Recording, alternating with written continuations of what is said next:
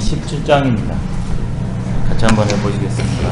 자왈 수는 기 대요 야여신저 수는기 대요 야여신저 덕위 성인이시고 덕위 성인이시고 존이 천자시고 존이 천자시고 부유 사해 지내하사 부유 사해 지내하사 종묘 향지하시며 종묘 향지하시며 자손 보지하시니라. 자손 보지하시니라. 공자께서 말씀하시기를 공자께서 말씀하시기를 순임금은 수임금은 그 큰 효자이실 것이다.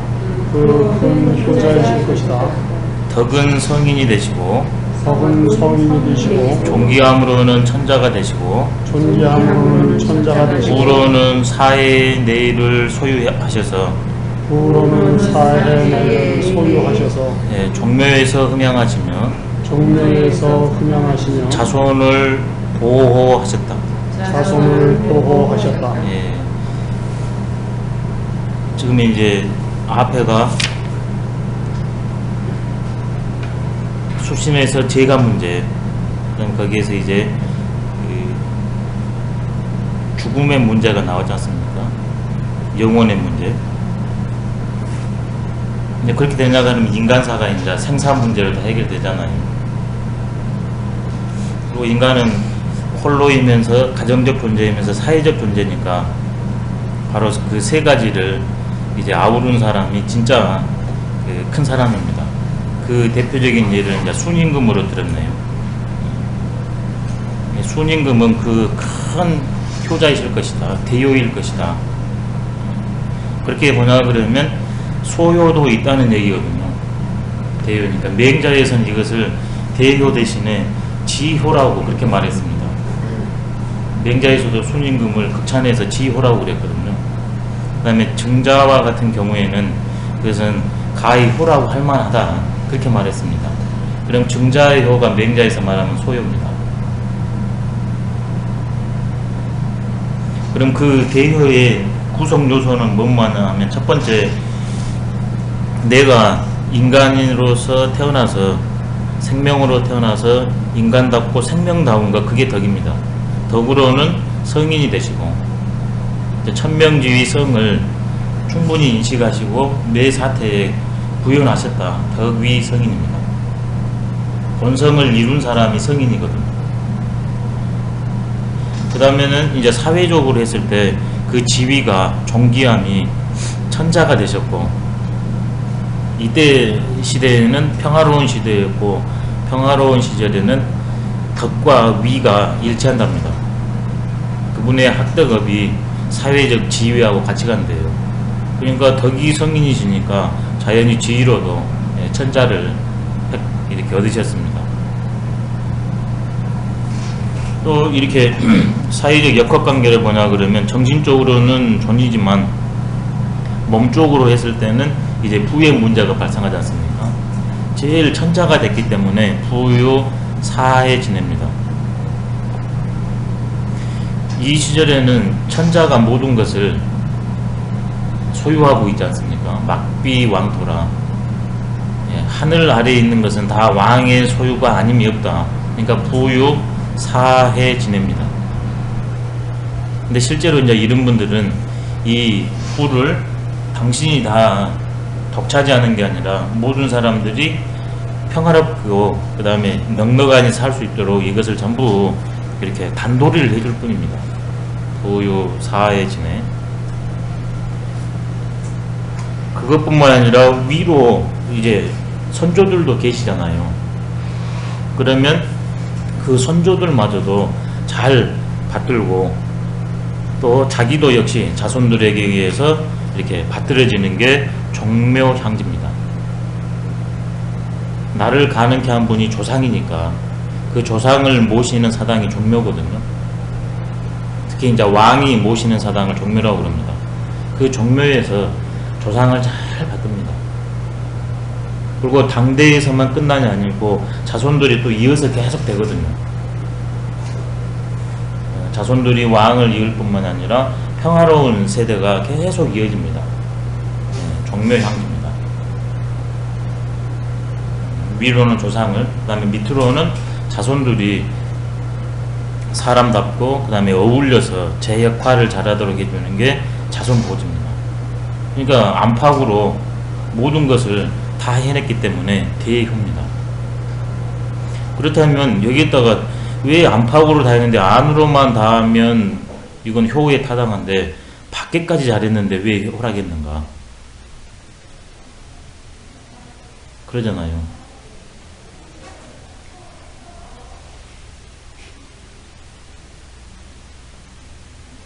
그러니까 인간이 나를 낳아준 부모는 소천지거든요. 천지는 천지인데 작은 천지입니다. 부모가. 그 다음에 천지는 대부모입니다. 우리는 천지의 존재니까 거기까지 실현하니까 대효예요. 인간적인 효뿐만이 아니라 가정적인 효뿐만이 아니라 하늘 밑에 있는 모든 존재들은 다 천지의 자손들이지 않습니까? 내가 그 한 존재로서 그 천지의 사명을 훌륭히 완수한 것. 그래서 나중에 효경이라는 거 있거든요. 효에 대해서 말해놨는데 거기에 보면 효가 5효가 있습니다. 그 신분제 사회니까 천자의 효가 있고, 그 다음에 공경, 대부, 그 다음에 선비, 일반 사람의 효가 있습니다. 그러냐 그러면 그 하나로만 말씀드리면 이 천자의 효는 천지 자연을 제대로 받들어서 그 원리대로 해서 천하를 평화롭게 다스리는 게 천자의 효입니다. 민초들은 자기 부모님을 잘 받드는 게 효입니다. 그러니까 대효하냐 그러면 바로 천지의 그 원리를 본받아서 거기에 존재하는 모든 존재들을 평쾌해 주는 것, 자유롭게 해주는 것, 그게 바로 대효입니다. 그래서 나중에 한나라 때 이효치천하라고 효도로서 천하를 다스린다 그러거든요. 바로 거기서 나온 겁니다. 인간에만 관련된 게 아니라 천지를 관통한 원리, 실천, 그걸 효라고 하기 때문에. 그래서 뭐 효 문제네, 효 무제네, 그렇게 효자가 앞에 들어간 이유가 그래서 그럽니다. 효는 내적 원리뿐만 아니라 외적 원리를 관통한다. 왜? 우리는 천지의 자식이기 때문에. 고로 대덕은 필득 기위하며 필득 기록하며 필득 기명하며 필득 기순이라. 그러기 때문에 대덕은 반드시 주의를 얻으며 반드시 녹을 얻으며 반드시 명예를 얻으며 반드시 장수를 얻는다. 대덕이네요. 천명대로 사는 사람이 대덕입니다.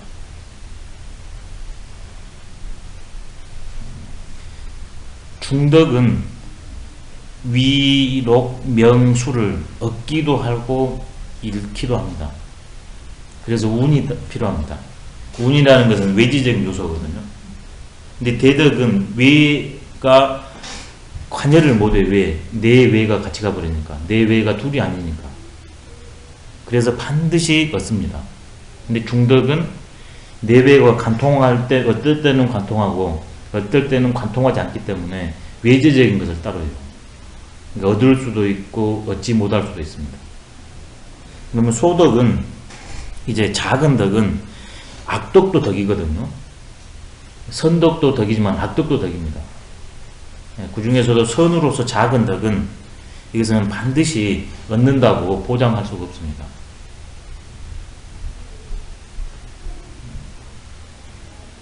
그렇지만 자기 일신은, 자기 가정은 이끌어갈 수 있답니다. 근데 그것을 나와 집안을 넘어서 사회 속으로까지 그것을 관철시키기는 소독으로는 장담하기 어렵답니다. 만약에 이제 악덕으로 위, 록, 명, 수를 얻었다. 일시적으로는 얻지만 나중에는 반드시 뒤탈이 오히려 더 크답니다. 개인뿐만이 아니라 거기에 관련된 모든 존재들이. 그래서 여기에서도 이렇게 해놓은 게 대덕 군자가 지위를 얻어야 평화롭기 때문에 여기에다가 일부러 써놓은 겁니다. 인류가 존재하는데 대덕이 위를 얻는 경우와 얻지 않는 경우는 너무 큰 차이가 있습니다. 그리고 대덕 분자들은 잘 안 나옵니다. 이렇게 추대를 하면 나오지만 추대하지 않을 경우에는 잘 안 나오거든요. 근데 주의라는 것은 의지의 산물도 되기 때문에 그 대덕이 아닌 사람들이 나와가지고 이게 혼란에 빠뜨리는 경우가 많으니까 여기다가 대덕을 앞에다가 명시를 분명히 한 겁니다.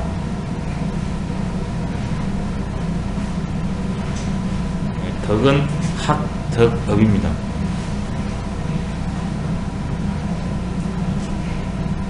그래서 주역에서도 이 세상에 존재하는 가장 큰 보물은 뭘까 했는데 지위로 났습니다.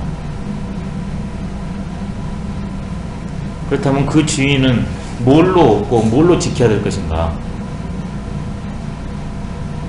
인으로 얻고 인으로 지켜야 된다고 그랬습니다.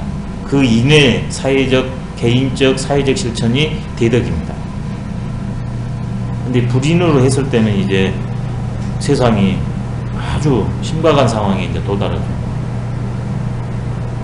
그래서 대덕지위는 일시적인 난관은 있을지 모르지만 순임금처럼 결국에는 일반 민초로서 천자의 지위를 얻고 그 다음에 사회의 로불 그 다음에 훌륭하다는 저렇게 살아야 된다는 그 명예를 얻고 그 다음에 천수를 누리셨었습니까? 이분이 110세에 돌아가셨거든요.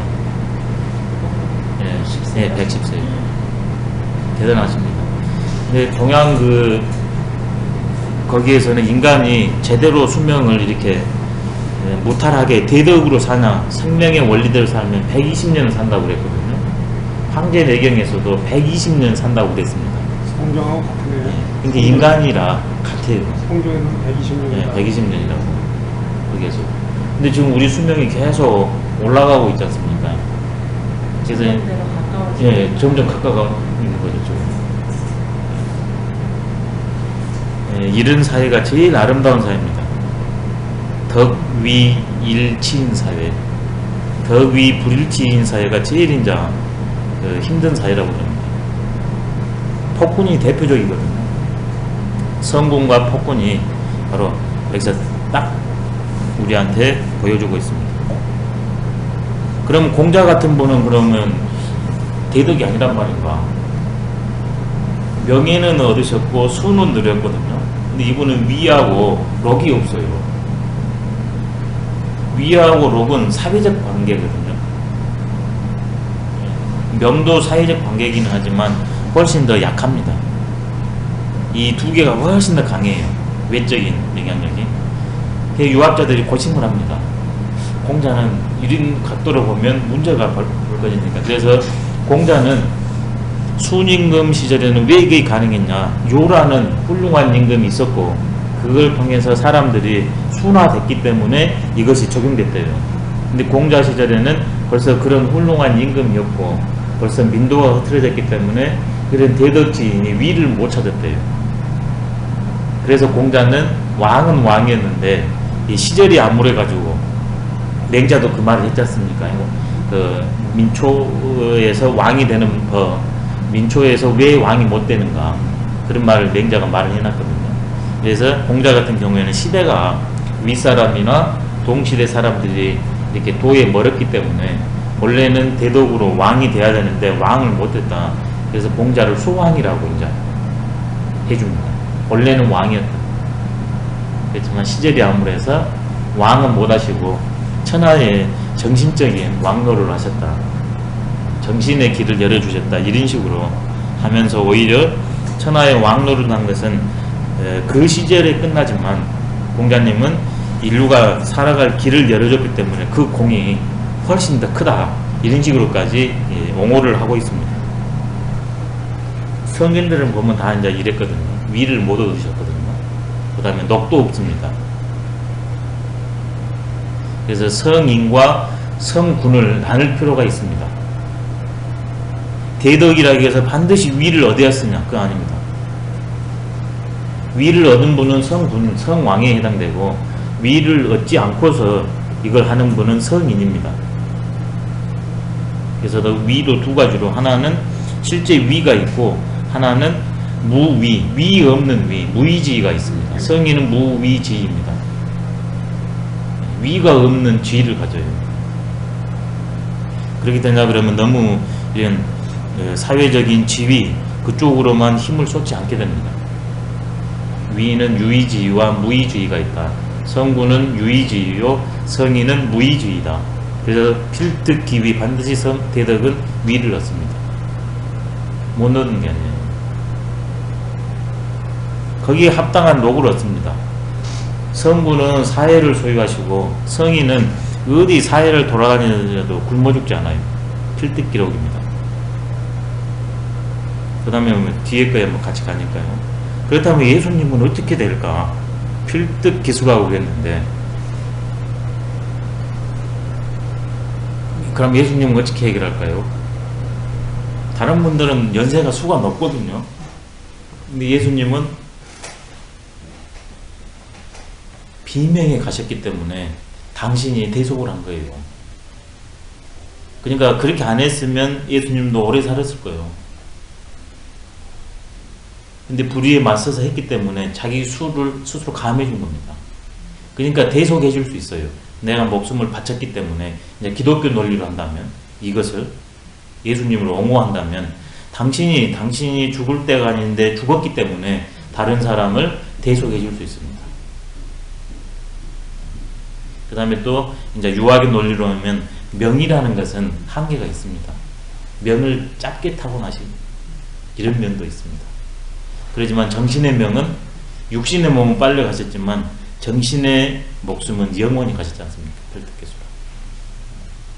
너무 이 측면을 사회적 관점으로만, 세속적 관점으로만 지금까지 일반적으로 해석했는데, 그것과 이 본질적 관점까지 같이 보면 훨씬 더 수월할 것 같습니다. 고로 천지 생물이 고로 천지 생물이 필인 기재의 도건하나니 필인 기재의 도건하나니 고로 제자를 배지하고 고로 제자를 배지하고 경자를 복진이라. 경자를 복지니라. 그러기 때문에 하늘이 만물을 내매 그렇기 때문에 하늘이 만물을 내매 반드시 그 재주에 따라서 돈독히 하니, 반드시 그 제주에 따라서 돈독히 하니 그러기 때문에 심은 것은 북돋아주고 그렇기 때문에 심은 것은 북돋아주고 기운 것은 엎어버린다. 기운 것은 엎어버린다. 예, 하늘은 존재를 생하기도 하지만 사하기도 합니다. 하늘은 생만 있을 것 같잖아요. 근데 사도예요. 그게 하늘의 도입니다. 천살은 천지이거든요. 하늘이 존재를 생하기도 하고 하늘이 생한 존재를 사하게 하는 것, 그게 바로 하늘의 질서, 모양, 원리입니다. 근데 우리는 천은 생으로만 여기죠. 그게 아닙니다. 근데 생사에서 이 사가 영원한 사가 아니라 더 큰 새로운 삶으로의 전환이에요. 그러니까 그것도 생입니다. 생도 생이고 사도 생이에요. 하늘에 있어서는. 그렇기 때문에 자연이 또 내가 어떤 존재를 하늘이 냈으면 그 존재마다의 그 특징이 있지 않습니까? 성으로는 똑같은데 그 성을 인식하고 실천하는 데 있어서 다 다르지 않습니까? 그게 죄입니다. 몸을 가져버리면 죄가 이제 달라지지 않습니까? 그럼 반드시 그 죄에 따라 가지고 생명작용을 할 수 있도록 밀어줍니다. 그게 독입니다. 그렇기 때문에 하늘은 싹수가 있는 것, 심은 것, 막 심은 것들은 이제 싹수가 있는 거지 않습니까? 그것은 잘 자라도록 북돋아줍니다. 이미 생명작용이 끝나버렸어요. 끝나갑니다. 그게 격입니다. 이제 사로 가고 있어요. 그러냐 그러면 죽도록 해줍니다. 그게 복지입니다. 그래야 생명의 순환이 원만무해하게 이루어지고, 이게 우리 지구로 내려봤을 때 지구가 이렇게 공존을 하게 되거든요. 만약에 영원히 살거나 영원히 사하게 해버리면 끝입니다. 영원히 생한다면 좁아서 끝이고, 사회에서 생하지 않는다면 아무것도 없기 때문에 끝이거든요. 생할 때는 생하고 사할 때는 사하고, 생할 것은 생하게 하고, 사할 것은 사하게 하는 것, 그게 천지 법도입니다. 거기에 따라서 우리 인간도 이제 그렇게 해야 되는 거죠. 이것을, 모든 것을 천은 생이고 인이다 했을 때 이 경자를 복지라는 개념이 잘 안 들어옵니다. 어떻게 죽어가는 것도 기울어지는 것도 온전히 세워야지 그것을 뽑아버릴 수 있단 말인가. 이것은 인간적인 사랑이고 우주적 사랑, 생명적 사랑에서는 이게 자연합니다. 그래야만이 온전한 순환이 되거든요. 인간적인 사랑과 우주적 사랑은 차이가 있다. 인간적 사랑에서는 이것을 견뎌할 수 없고 무슨 이런 일이 있단 말인가 하지만 생명, 우주의 사랑에서는 이게 자연입니다. 그래서 노다에서는 그 측면을 강조하니까 인간적 사랑이 아닌 우주적 사랑을 강조하니까 천지불인이라는 말을 했고 그걸 터득한 성인도 불인하다고 그랬거든요. 경자를 복지해버린다는 것이 그게 불인이거든요. 근데 인간적인 관점에서는 경자를 부추겨야 돼요. 부축으로 해줘야 됩니다. 이거 아주 핵심적인 말 중에 하나입니다.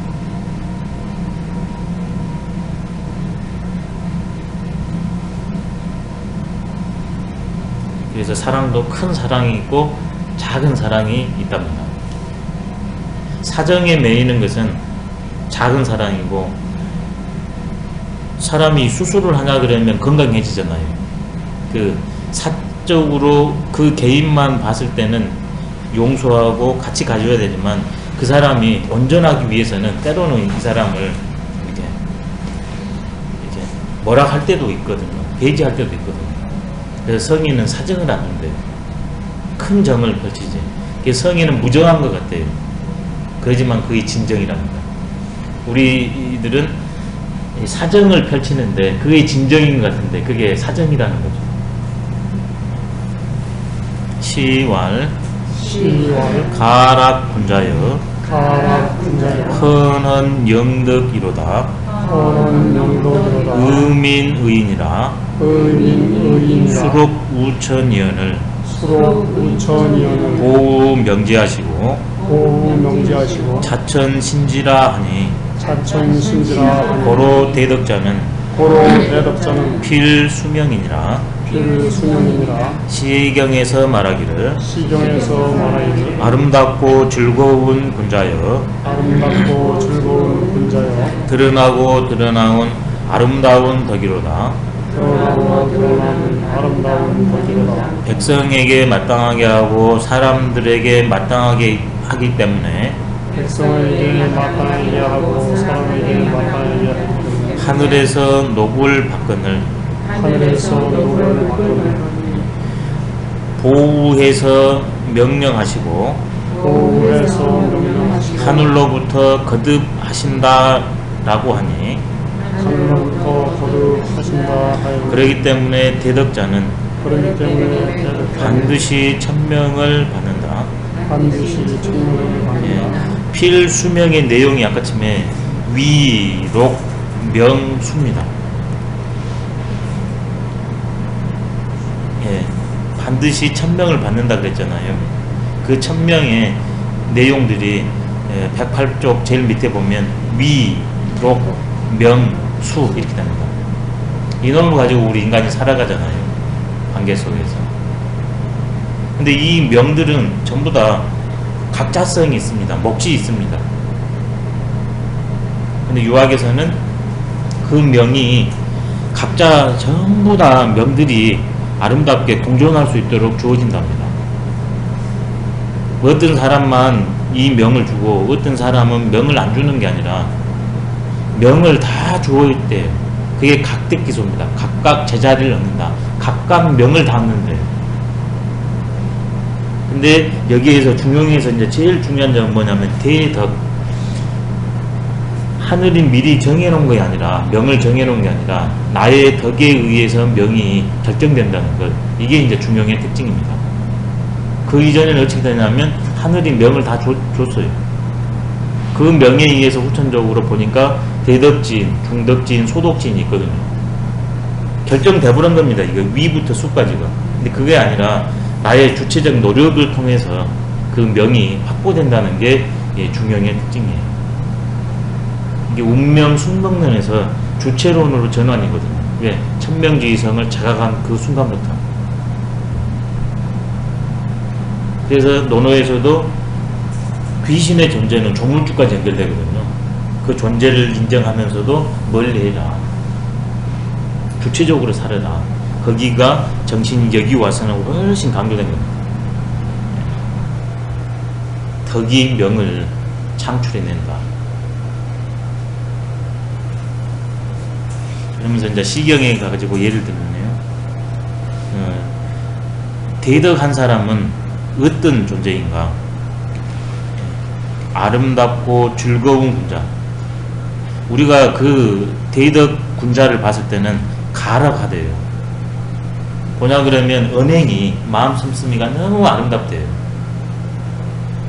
그 다음에 일거수일투족이 너무나 즐겁대요. 그게 가락입니다.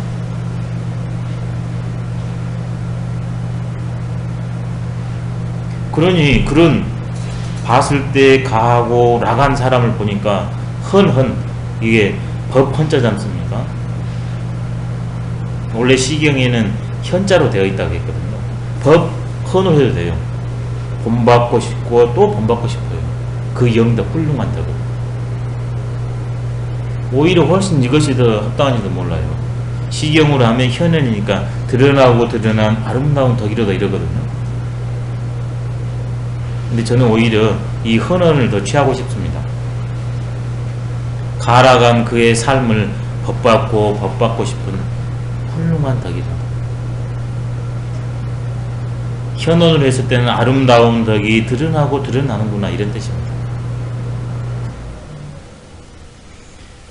그 다음에 또 이 사람은 어떻게 하냐면 의민의인이라 개인적으로 친근한 사람들끼리 자기가 좋아하는 사람들끼리만이 아니라 군자의 반대가 민이거든요. 부도덕한 존재, 성을 모르는 그런 존재가 민입니다. 그런 존재한테도 자기가 할 일을 딱 마땅하니 잘합니다. 의미. 무지한 무능한 존재들, 부도덕한 존재들한테도 다 합당하니 그분들이 제대로 살 수 있도록 최선을 다해 해줍니다. 의민. 그 다음에 민은 벼슬아치들입니다. 벼슬아치들, 그 다음에 지식이 있고 능력이 있는 존재들. 그러면서도 나랑 의견이 다를 수도 있습니다. 그런 존재들한테도 내가 할 수 있는, 그 다음에 그분이 가장 그분답게 할 수 있도록 모든 최선의 편리를 봐줍니다. 의인입니다. 그렇기 때문에 하늘에서 록을 받습니다. 록을 받았다는 것은 위를 이제 자연히 받게 되죠.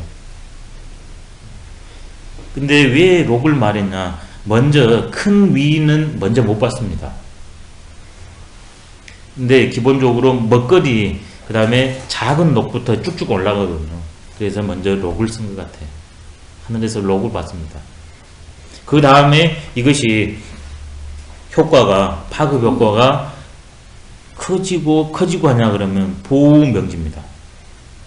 하느님이 이 존재가 바로 모든 존재들에게 의지처가 되고 길을 열어줄 수 있는 존재이기 때문에 이제 제자를 배제하는 것처럼 이 존재가 쓰러지면 다치면 안 되니까 이 존재를 제자를 배제라는 게 보호입니다. 하느님이 보호하사 여기 나왔네요. 그래서 천자의 명을 부여합니다. 명제. 꺾이고 쓰러지지 않도록 아니면 유혹이 넘어가지 않도록 넘치지 않도록 잘 보호하고 그 다음에 우라는 것은 뭐냐면 좌로 우로 좌지우지란 말이 있거든요. 도울자 도우릅니다. 첫째 보호할 뿐만 아니라 이렇게 천자의 위에 가서 잘 할 수 있도록 길도 열어주는 게 우입니다. 그래 실제로 천자의 쥐를 명해요. 그 다음에 자천신지라 거듭신자입니다. 하늘로부터 보호 명지를 거듭한다. 그게 가을지자입니다. 그렇게만 해놓고 더 이상 관심을 주지 않는 게 아니라 계속적으로 애정을, 그 다음에 잘 나갈 수 있도록 경책을 끊임없이 해준다는 게 신지입니다. 어떤 우리도 사람을 조금 어쩔 때는 도와주기도 하지 않습니까? 근데 어떤 분들은 한 번 돕고 끝나는 분이 있습니다. 보호명지 한 번 일회성을 하고 끝나는 분이 있는데, 어떤 분은 보이지 않게 계속 해준 분이 있거든요. 그게 자천신지의 신지입니다. 한 번은 누구나 할 수 있지만 쉽지만 신지하기는 어렵대요. 신지가 관건입니다. 여기에서도 보냐 그러면 이때 천 개념은 조물주 개념이 강력합니다. 시경에서. 근데 중용의 뭐냐 그러면 천지자연의 이치로 바뀌어버려요. 조물주에서. 신지가 보호명지를 거듭한다는 거죠. 예, 하늘로부터 그것을 거듭한다. 근데 시경에서는 조물주 측면인데 여기에서는 이치천으로, 그러니까 모든 존재들이 그 사람을 전폭적으로 지지한다, 이런 식으로 하면 될 것 같습니다. 인간뿐만 아니라 천지자연의 기운 조화도, 농사가 늘 풍년이 들고 그 다음에 계절에 기온이 들쑥날쑥 않고 고르고, 그게 우승풍조지 않습니까? 시와 영풍이고. 그런 것이 이제 자천신지로 보면 됩니다. 이치천으로 했을 때는. 그러므로 대덕자는 반드시 천명을 받게 되어 있다. 인간의 영혼인지도 모릅니다. 이 시절이 이게 안 되니까.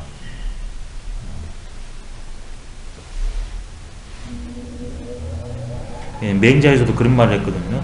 맹자에서도 천작하고 인작이 나왔죠. 하늘이 부여한 작과 사람이 만들어놓은 작. 그래서 천작을 닦으면 인작은 절로 온다고 그랬거든요. 그러니까 대덕이 바로 천작이거든요. 본성, 천성. 그것을 하나 그러면 필수명이라 사람이 만들어놓은 그 벼슬자리가 따라올 수밖에 없죠. 맹자에서는 천작과 인작으로 전환이 됐습니다.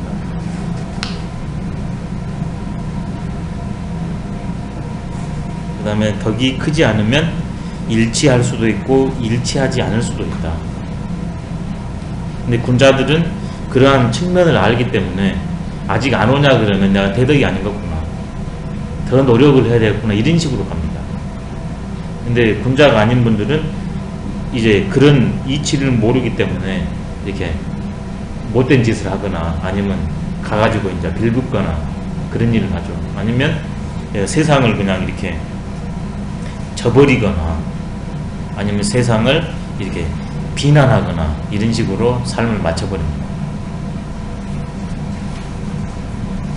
자활 무자는 기유 문왕호신저 무자는 기유 문왕호신저 이왕계 위부하시고 이왕계 위부하시고 이무왕 위자하시니 위자하시니 부작지여신을 자술지하시니라. 공자께서 말씀하시기를 근심 없으신 이는 그 오직 문왕이실 것이다. 왕계를 아비로 삼으시고 무왕을 아들로 삼으셨으니 아버지가 시작하신 것을 자식이 계승하였다. 예, 지금 여기에서는 치국 평천하의 문제입니다. 근데 계속 효로 지금 얘기하고 있습니다.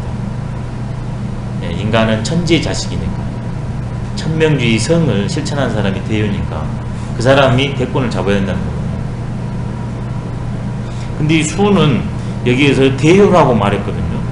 근데 여기에서는 그런 말을 안 했어요. 왜 그랬겠습니까?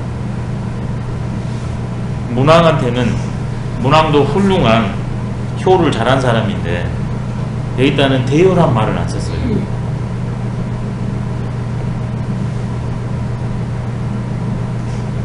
왜 문왕에는 대요를 안 썼겠습니까?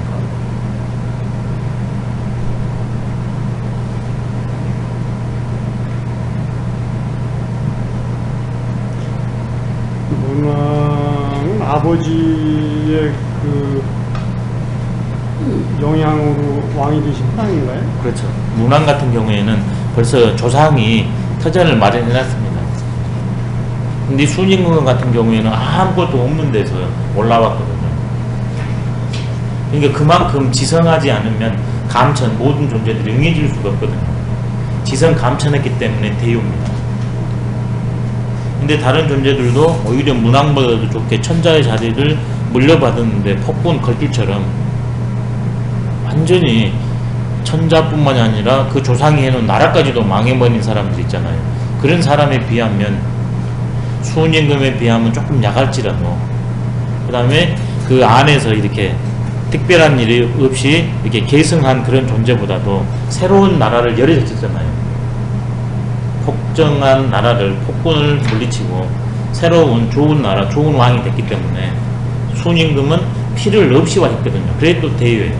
여기서는 피를 했거든요. 그러니까 그 다음 번으로 온 겁니다.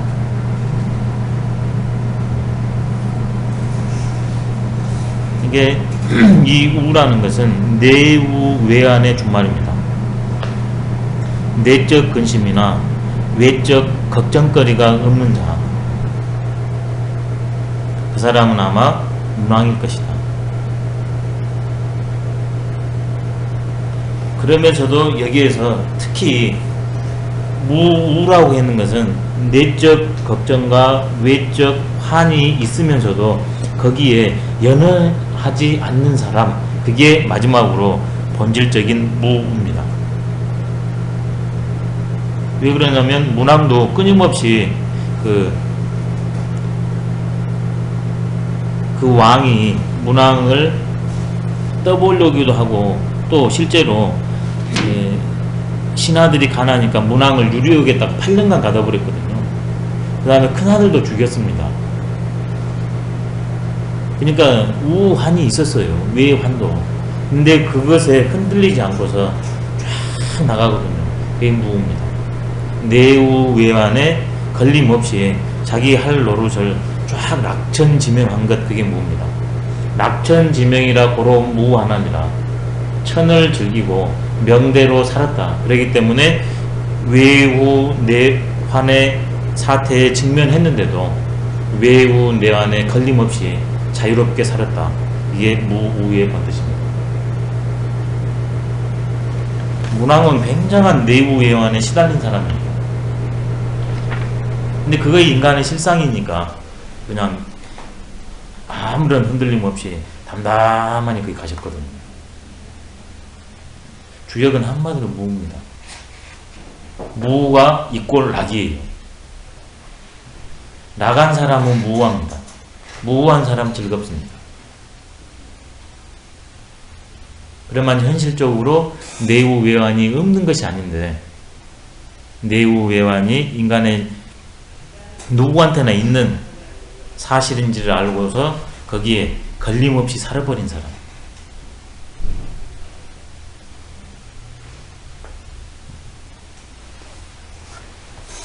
이분은 왕계를 부모로 삼았습니다. 그 다음에 무왕을 자식으로 삼았습니다.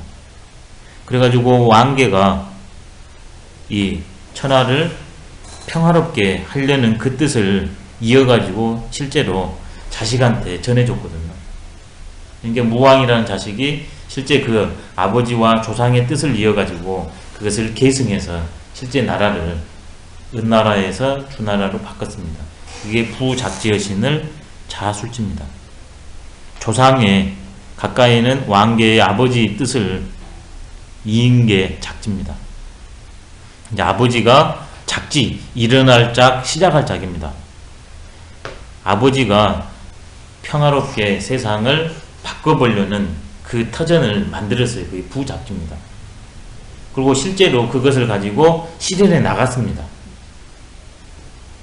그것을 자기 대에서만 끝나는 게 아니라 자기 아들들이 계속 이어갔습니다. 자술지입니다. 그러니 이 사람은 개인적으로, 가정적으로, 국가적으로 책무를 다했기 때문에 효에, 그 다음에 무자에 해당될 수 있다. 이런 입장인 것 같습니다. 여기서 그 기지라고 안 그래요? 술지라고 하는 건 무슨 뜻인가요? 이게 계승할 계 이래 되거든요. 네. 근데 수리부작이라고 논어에도 나왔었죠. 기술하기만 하고 창작하지 않았다. 이 기술이라는 게 단순히 글로만이 아니라 바로 그분이 이런 식으로 일을 했냐 그러면 똑같이 그렇게 하는 게 술이에요. 따라서 그대로 하는 것. 그러니까 이 술이 계하고 같이 갑니다. 그 문왕의 그 조상들 얘기는 그때 우리가 맹자에서 그 배웠습니다. 그래서 그 얘기는 생략하도록 하겠습니다. 무왕이 찬 태왕 왕계 문왕 지서하사 찬태왕 왕계 문왕 지서하사 일융의 유 천하하사대 일융의 유 천하하사대 신불실 천하지 현명하시며 신불실 천하지 현명하시며 존이 천자하시고 존이 천자하시고 부유사에 지내하사 부유상에 지내하사 종묘향지하시며 종묘향지하시며 자손보지하시니라. 자손보지하시니라. 예. 무왕이 무왕이 태왕과 왕계와 문왕의 실마리를 이어서 태왕과 왕계와 문왕의 실마리를 이어서 한번 갑옷을 입고서 천하를 소유하셨는데 한번 갑옷을 입고서 천하를 소유하셨는데 예. 몸은 천하의 현명을 잃지 않으셨으며 몸은 천하의 현명을 잃지 않으셨으며 존귀함으로는 천자가 되셨고 존귀함으로는 천자가 되셨고 부로는 사해를 소유해서 부로는 사해를 소유해서 종묘에서 향지하며 자손들을 보호하셨다. 종묘에서 향지하시며 예. 자손들을 보지하셨다. 예. 이제 문왕을 이어서 무왕을 말했네요. 부작지 자술지가 그렇게 쉽지는 않지 않습니까? 부모가 일궈놓은 것을 자기 때 와가지고 이렇게 망해버린 사람도 있고, 또 자기가 그것을 계승했는데 자기 자식 때 망한 사람들도 많잖아요. 근데 부작지 자술지는 그게 계속적으로 이어진 거거든요. 이것도 어렵습니다. 3대 부자 없다고 그러니까 3대가 같지 않습니까, 기본적으로. 근데 무왕은 실제로 주나라를 열어젖힌 사람이거든요. 그래서 무왕은 위로는 태왕, 그 다음에 왕계, 문왕이 이게 실말이 서자입니다. 새로운 나라를 개창할 수 있도록 그 터전을 만들어 놓은 거예요. 그래서 기업이라고 했으면 잘했습니다. 그런 닥고는 그 기업을 이으셔가지고 문왕이 돌아가시고 더 이상 안 되겠다 싶어가지고 한번 융이 갑옷입니다. 갑옷을 입고서 이제 폭군 주를 물리치고 천하를 소유했습니다. 근데 그 자신은 천하의 현명을 잃지 않았으며 쿠데타라고 이렇게 매도될 수도 있는데 쿠데타가 아니라 혁명을 제대로 잘했다. 이게 불실 천하지 혁명입니다. 중국 그 오랜 역사 중에서 탕임금하고 무왕만이 혁명을 했다고 그러거든요. 나머지는 전부 쿠데타라고 그럽니다. 그 순간 왕이 돼가지고 자기 자식들이 몇백 년 갔다 할지라도 혁명이라는 말 듣기가 어려워요. 근데 불실이라는 것은 바로 혁명에 성공했다는 뜻입니다. 천지자연의 원칙과 그 당시의 사람들의 마음에 호응했다. 그러냐 그러면 혁명입니다. 근데 천지자연의 원칙과 그 사람들, 당시 사람들의 마음에 호응을 받지 못하면 그건 쿠데타입니다. 또 방법이 정당해야 됩니다. 그래서 이성계 같은 경우에는 혁명이나 쿠데타 했을 때 혁명에 조금 가까워요. 이성계 경우에는. 근데 박정희 전 대통령하고 그 전두환 전 대통령 이건 쿠데타입니다. 왜 사람을 죽였거든요. 무모한 민간인을. 이게 한 끗 차이입니다. 이성계는 전폭적인 지지를 받아요. 상대적으로. 근데 이분들은 전폭적인 지지가 아니라 자기들이 으쌰으쌰 해가지고 해버린 거거든요. 그러니까 그게 민심을 못 얻은 거예요. 이성계는 분명 우리가 명심할 것은 민심을 얻었습니다. 이분들보다 훨씬 민심을 얻었어요. 이성계는. 그냥 여기에서 막 밀어붙여가지고 이거 나선 거거든요. 물론 이방원이가 이제 아주 강력하게 하긴 했지만 조금 다릅니다. 예. 쿠데타가 아닌 혁명이었다. 이 말이 불실천하지 혁명입니다. 그래서 성공한 다음에는 그 자손들이 잘 했기 때문에 천자, 그 다음에 사회를 소유했고 그 종묘 자손들이 향지, 보지했다. 그러면 여기에 자연히 천하 백성들은 다 들어갑니다.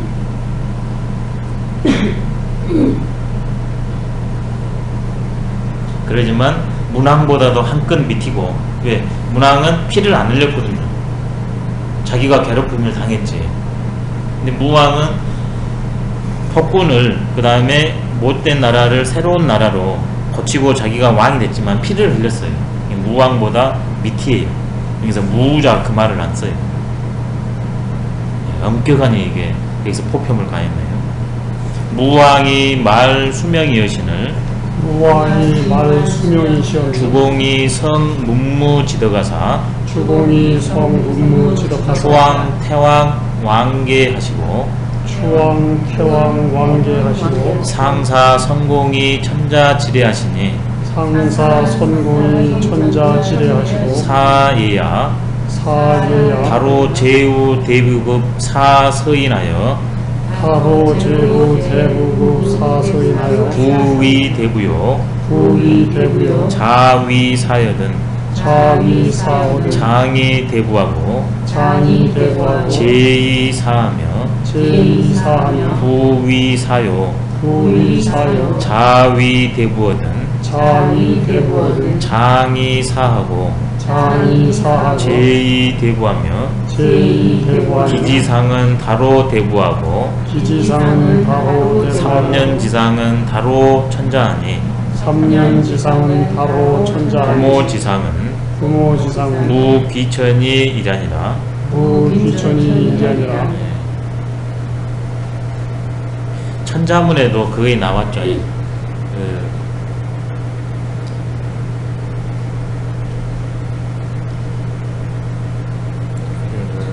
주발은탕은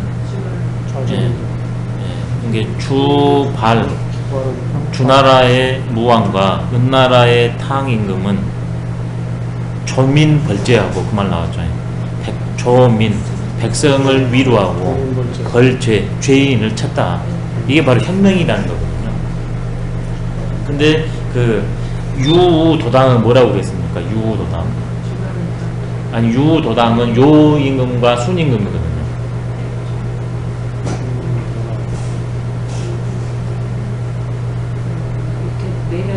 예, 그렇겠죠.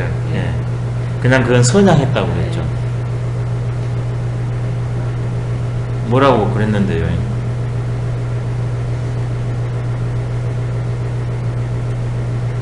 저도 생각이 안 나네요. 걔는 뭐였죠? 지금? 주발은 당, 조민벌죄, 유도당. 유도당은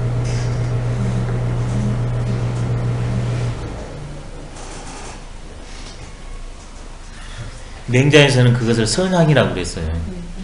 선양. 그 다음에 탕문의 혁명, 그 다음에 왕에서 왕으로 전환한다는 것은 이제 그 계승이라고 그랬거든요. 계라고.